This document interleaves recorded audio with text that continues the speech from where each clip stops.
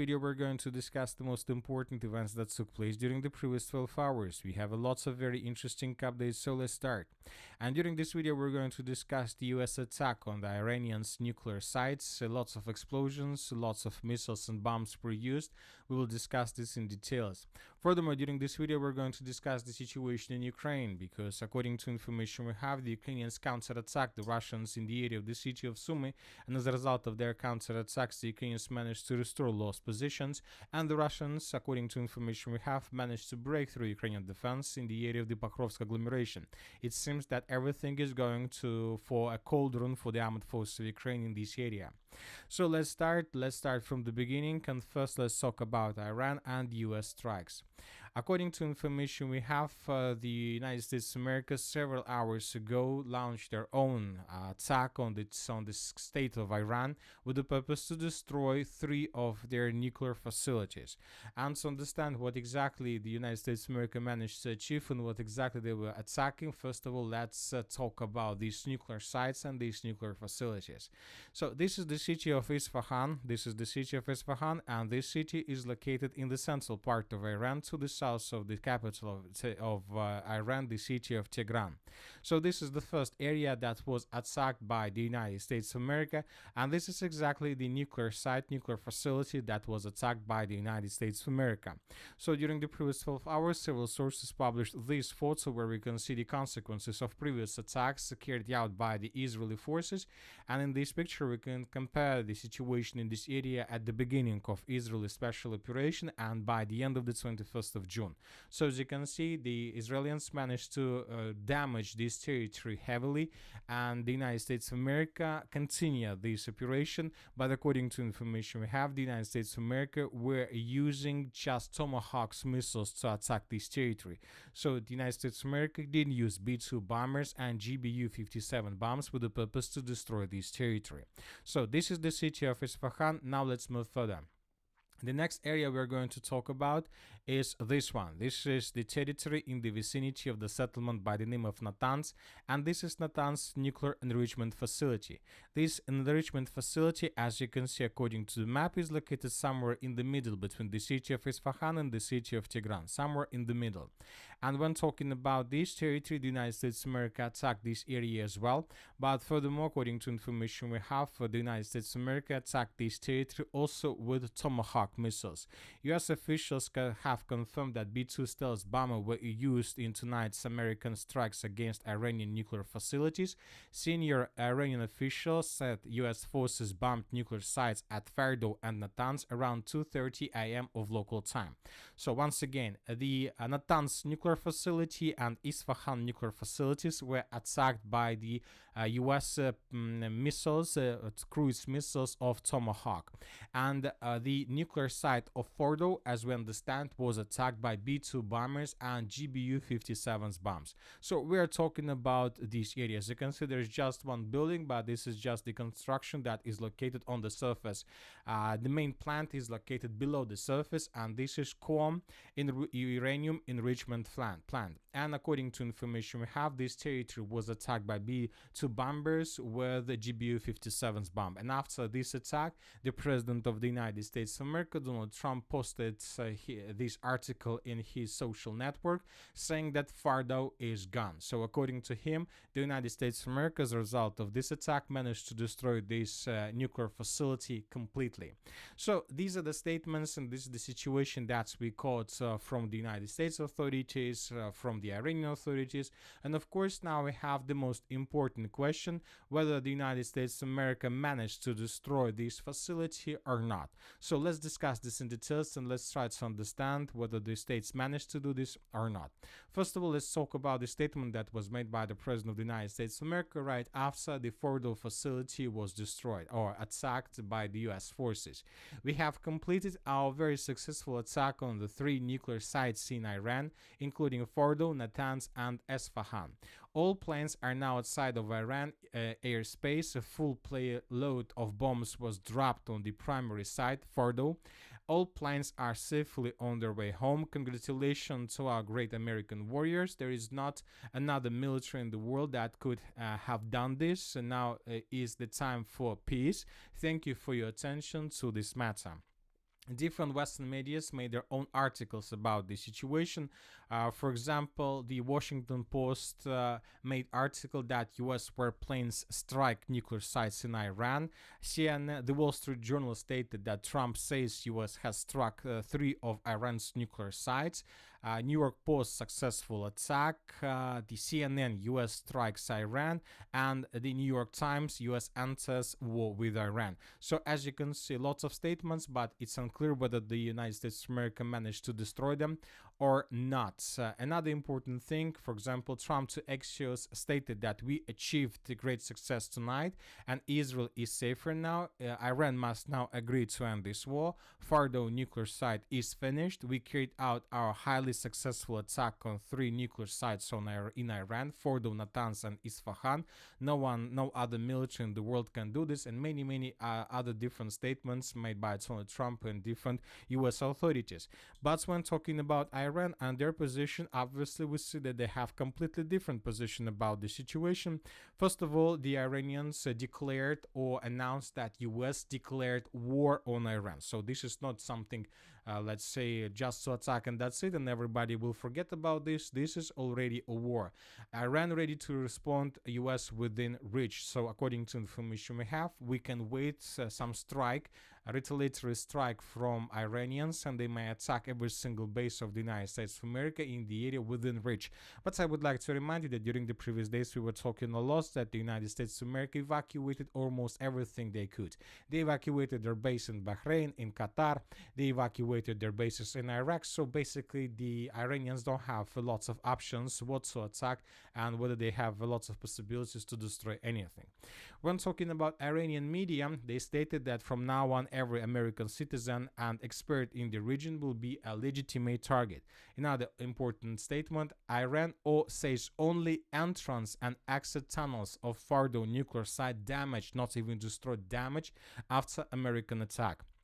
So now we can see that the United States of America says that they managed to destroy all 3 facilities, but the Iranians are saying that they managed to damage them.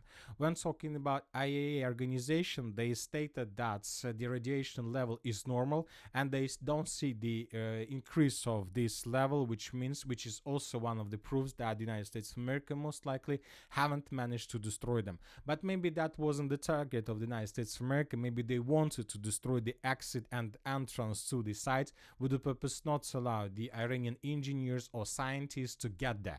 So these facilities are safe, but they're blocked from the mainland, from the surface, and maybe this is the target. So who knows what exactly the United States of America were trying to get. But anyway, let's wait and see what is going to be next. As for the beginning of the 22nd of June of 2025, the Iranians launched a massive missile strike in the direction of Israel. So this morning, lots of explosions were recorded all over the entire territory of Israel, lots of explosions and lots of casualties. As for the moment when I was making this video, we haven't received even a single report that, for example, the Iranians attacked even a single US base in this region, which is also very important. Skal du bo med den her udsigt, så skal du se med her.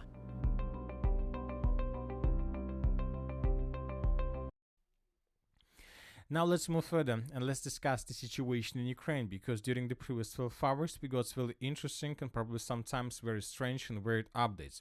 And first let's talk about the Sumy direction. According to information we have, the Ukrainians managed to concentrate their forces, regroup themselves and to counterattack from the second defense layer in the northern direction with the purpose to restore control over the village by the name of Andriivka.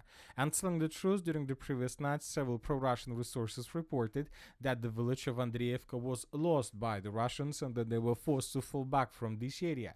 But at the same time, the official Telegram channel of the Group of Forces North stated that Andriivka is under complete Russian control. Yes, there are some Ukrainian soldiers in this area, but currently the Russians are trying to clear this village once again. But when talking about geolocations, we see, for example, this video, and in this video we can see how Ukrainians were captured 12 Russian soldiers.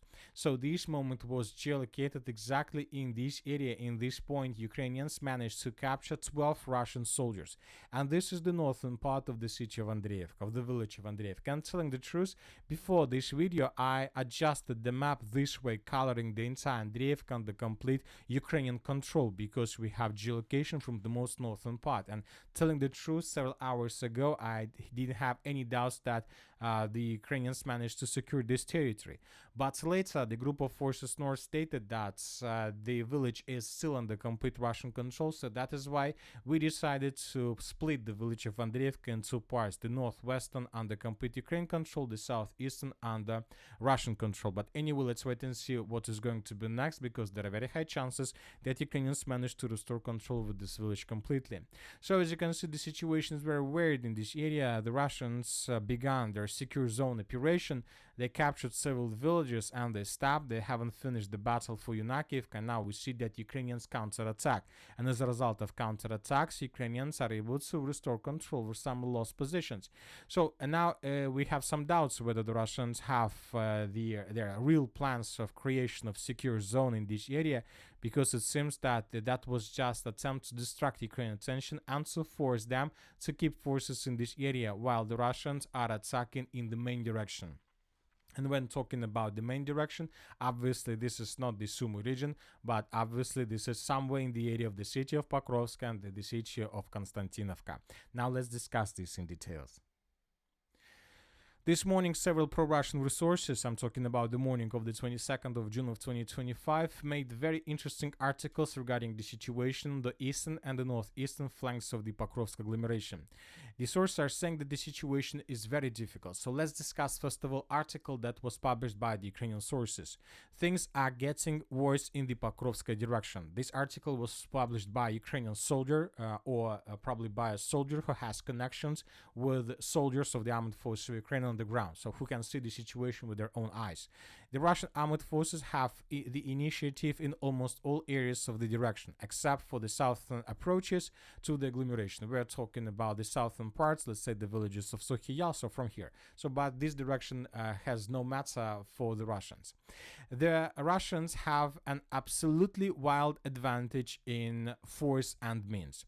But in the Salona, Vovcha, Interfluv, and in the Novoekonomishny direction, it is simply thin. So that was stated by the Ukrainians. Of course, those areas were reinforced on our side, but it seems that reinforcements, they will never be enough. So the Ukrainians are saying that currently something happens, big problem is happening in the vicinity of Novoekonomishny, somewhere here. So this Ukrainian article was published, the first one, and then the Russians published their own article regarding the situation in this area. And what the Russians are saying about this. The units of Group of Center continued their offensive, having broken through the defense of the Ukrainian armed forces on the eastern flanks of the Pokrovsk agglomeration. It seems that the longest day of the year has also become one of the nightmarish for the Ukrainian armed forces. Thus, the troops of the 51st Army, after clearing the plantings in the area of Shevchenko 1, Razina, Novoekonomishny, Mirne, managed to cross the river of Казёnny Torets and gain a foothold in the northern part of Novoekonomishny. Further advancements of units in the direction of Rodinska could put the Ukrainian armed forces defense in the agglomeration area on all fours. Furthermore, northeast of Rodinska, our Russian assault units entered Novotoretsk and are fighting on the eastern outskirts. So what the Russians stated by this article. According to this article that was published by very reliable sources, by military press, the Russians managed to break through these fields, the Ukrainian defense in this pocket, and to enter Novoekonomishny from the northeast and to dig in deeper. Further, according to the same article, the Russians, as a result of offensive operation, managed to break through Ukrainian defense and to enter the settlement of Novotoretsk from the east. So, according to this article that we've just discussed, the Russians entered Novotoretsk, and currently there are very heavy clashes in the eastern part of the settlement, and the Russians, as a result of offensive operation, managed to enter the northeastern part of the city of Novoekonomishny, and there are very heavy clashes as well. So, obviously, if this information is correct, if this information is true, this is the beginning of the biggest disaster for the armed forces of Ukraine. Also, this, let's say, art author stated that the main purpose of the Russians is to move further in the western direction with the purpose to establish complete control over the settlement by the name of Rodinskaya. If the Russians somehow are able to establish complete control over the settlement of Rodinskaya, this is going to be the creation of the Pokrovsk cauldron. This is going to be no longer the Pokrovsk agglomeration, but this is going to be the Pokrovsk cauldron, where the Ukrainians, thousands of Ukrainians, would be caught without any possibilities for evacuation and without any possibilities for leaving this area without huge losses.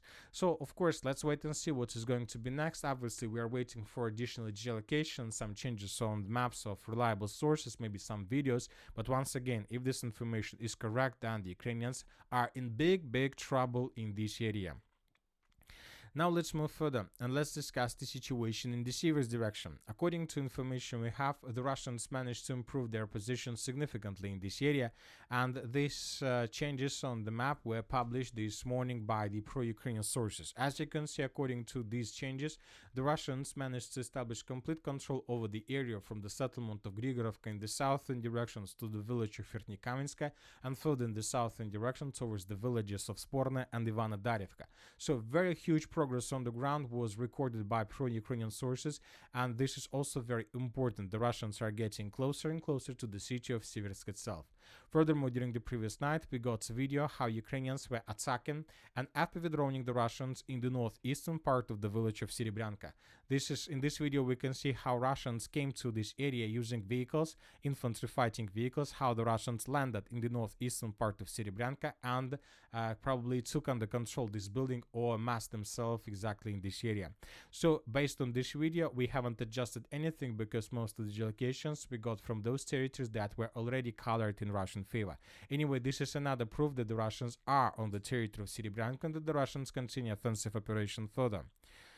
Furthermore, according to information we have, the Russians carry out massive missile and drone strike in the area of Slavyansk, Kramatorsk and Drushkovka. Lots of explosions, lots of attacks with the Geran drones, lots of explosions. Ukrainians suffered huge losses, and most likely the Russians were bombing and attacking the concentration of Ukrainian forces, logistic, and everything that Ukrainians might use to stop Russian offensive and Russian breakthrough in the area of the Pokrovsk agglomeration. Now let's talk about the South Donetsk direction. Very interesting report we got from this final pocket, from this final foothold between rivers. I would like to remind you that just yesterday the Russians secured the village of Zaporozhye, and the Russians published video with flags, and the Minister of Defense of the Russian Federation confirmed this information. And today, according to information we have, the Russians answered the village of Yalta, and currently there are very heavy clashes exactly for this territory. The fighting begins for the village of Yalta. The Russians are advancing. Most likely during the next several days we will color this territory also in Russian favor. Furthermore, according to the group of forces east, they managed to cross the river of Mokre Yale, and the Russians are saying that currently the clashes are taking place already on the territory of the village of Perebudova. Most likely this village would be colored in Russian favor or as a contested area during the next 24 or 48 hours. So the Russians continue offensive, and the Russians are not planning to stop at all. And that's it for the short video. Military Summary channel reminds we condemn any violence in the world. Thank you for your watching. Subscribe to my channel, put your likes, join my Patreon, and have a good day. Bye bye.